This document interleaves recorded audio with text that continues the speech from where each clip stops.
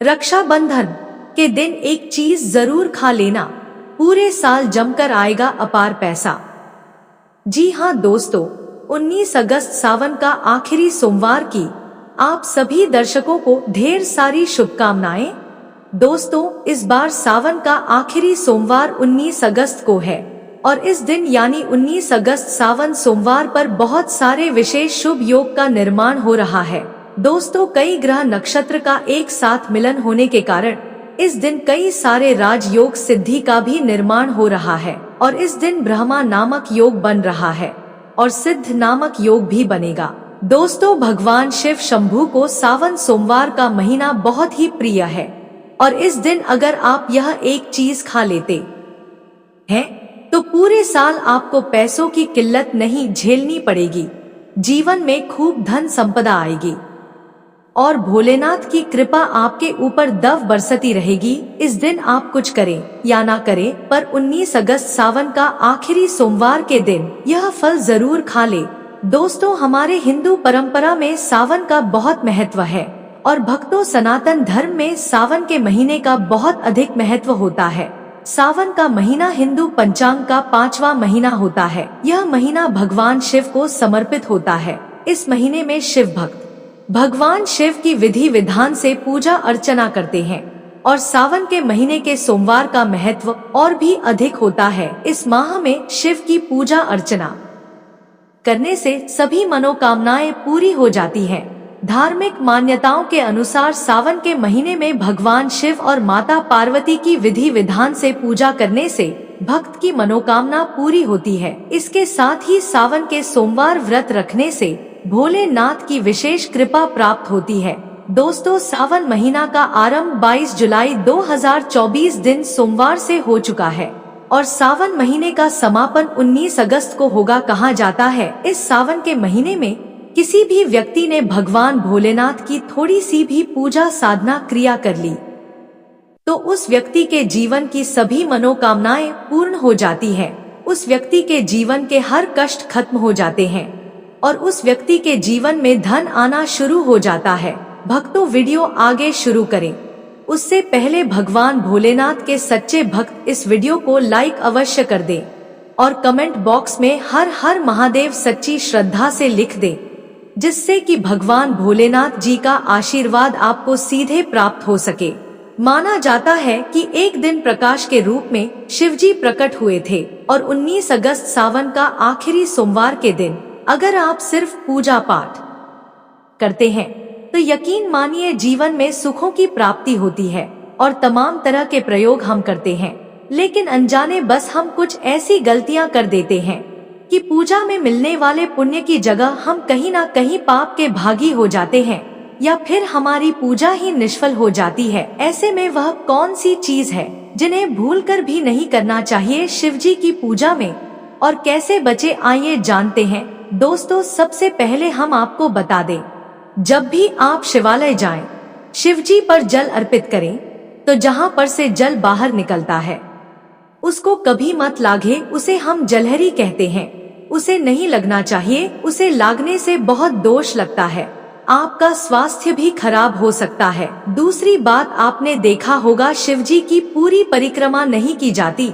आधी परिक्रमा जरूर करें और तुलसी के पत्ते भूलकर भी शिवजी को अर्पित मत करना। कभी कभी जाने अनजाने में शिवलिंग पर कुछ लोग सिंदूर अर्पित कर देते हैं, हल्दी अर्पित कर देते हैं।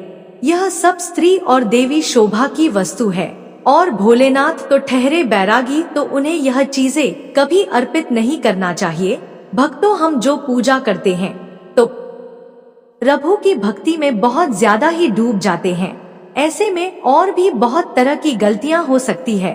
ऐसे में ध्यान रखें, एक तो सफेद या लाल रंग के वस्त्र धारण करके आप पूजा कर सकते हैं। संभव हो तो इस दिन जब आप शिवलिंग पर जल अर्पित कर रहे हो तो तब जल के साथ साथ दूध, दही, घी, शहद, शक्कर भी अर्पित कर सकते हैं, लेकिन शिवलिंग के ऊपर प्रसाद मत अर्पित करना। आपको अगर प्रसाद अर्पित करना है तो नीचे किसी चीज में रखकर अर्पित करें।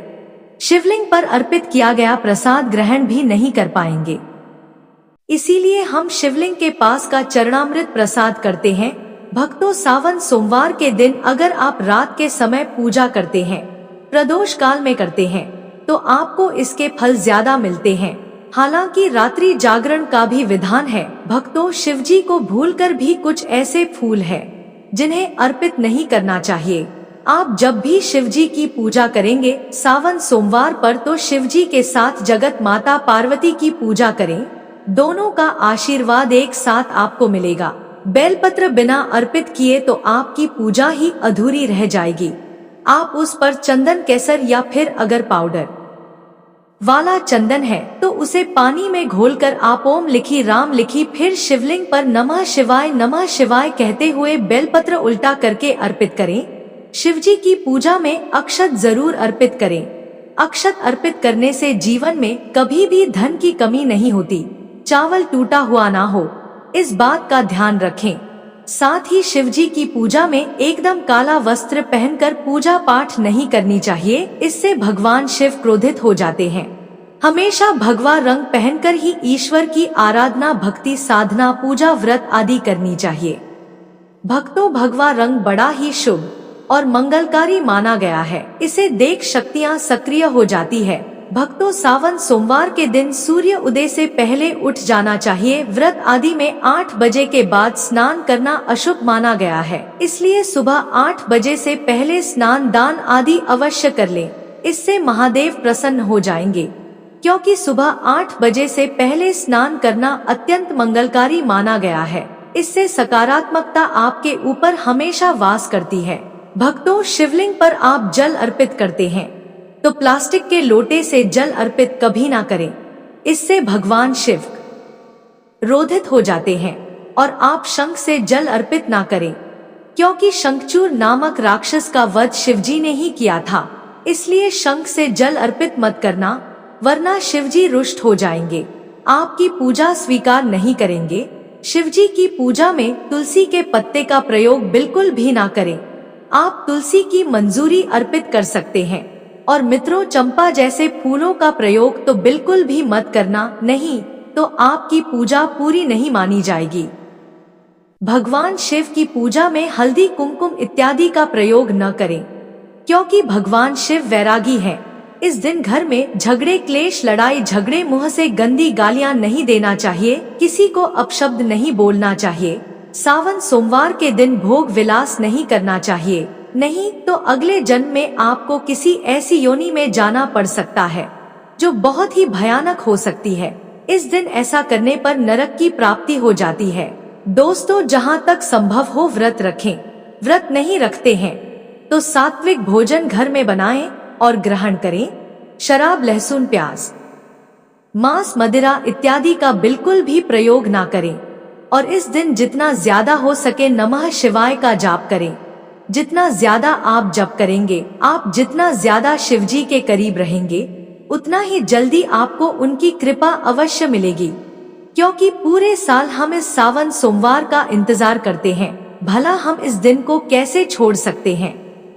इसीलिए भगवान शिव की आराधना सावन सोमवार पर हर हाल में करना चाहिए। दोस्तों, इसके साथ ही और भी कुछ ऐसी चीजें हैं जो शिवजी की पूजा में महत्वपूर्ण है, जैसे कि शिवजी की पूजा में अबीर जरूर अर्पित करें और पूजा खत्म होने पर, समाप्त होने पर दक्षिणा जरूर दें।